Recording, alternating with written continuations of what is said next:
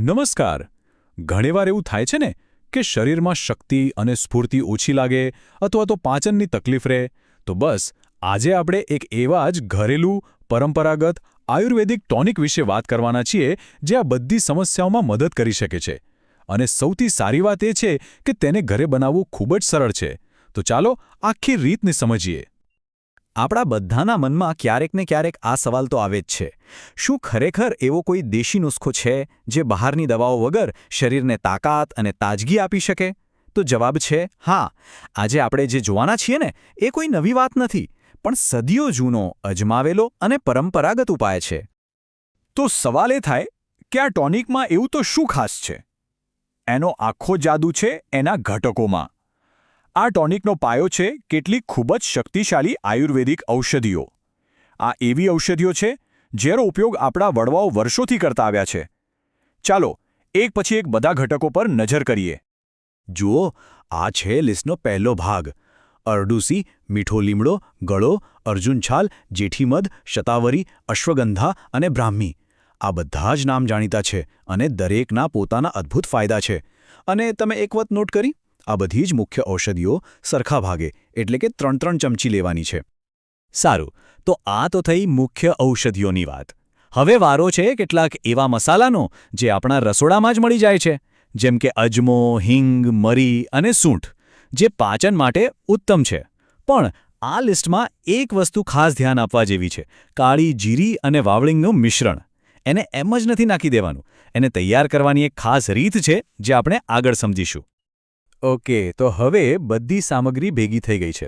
પણ આયુર્વેદની ખૂબી જે છે કે એમાં માત્ર શું લેવું એ જ નહીં, પણ કેવી રીતે કરવું એ પણ એટલું જ મહત્વનું છે. જો બનાવવાની રીતમાં ભૂલ થાય તો પૂરો ફાયદો ન મળે. એટલે આ સ્ટેપ બહુ જ ધ્યાનથી સમજજો. યાદ છે મેં કહ્યું હતું કે કાળી જીરી અને વાવડિંગને તૈયાર કરવાની એક ખાસ રીત છે? તો એ આ છે. બંનેને ભેગા નથી કરવાના. પહેલાં કાળી જીરી લો, સાફ કરો, ધીમા તાપે શેકો અને પીસી લો. પછી વાવડિંગ લો, એને પણ સાફ કરો, શેકો અને પીસો. અને પછી જ બંને પાવડરને ભેગા કરવાના. આમ કરવાથી જ એના અસલી ગુણધર્મો બહાર આવે છે. ચાલો, તો હવે સૌથી અઘરું કામ પતી ગયું. હવે તો બસ બધું ભેગું જ કરવાનું છે. બધા જ પાવડરને એક મોટા વાસણમાં લઈને બરાબર મિક્સ કરી દો અને એક સૂકી કાચની બરણીમાં ભરી દો. પણ ઊભા રહો, એને લાંબા સમય સુધી સારું કઈ રીતે રાખવું? એની પણ એક દેશી અને જોરદાર રીત છે. આ કોઈ કેમિકલવાળું પ્રિઝર્વેટિવ નથી હો. આ તો છે આપણો સદીઓ જૂનો નુસ્ખો. બરણીમાં પાવડર ભરો ને ત્યારે તળિયે એક મીઠાની ગાંગડી મૂકો.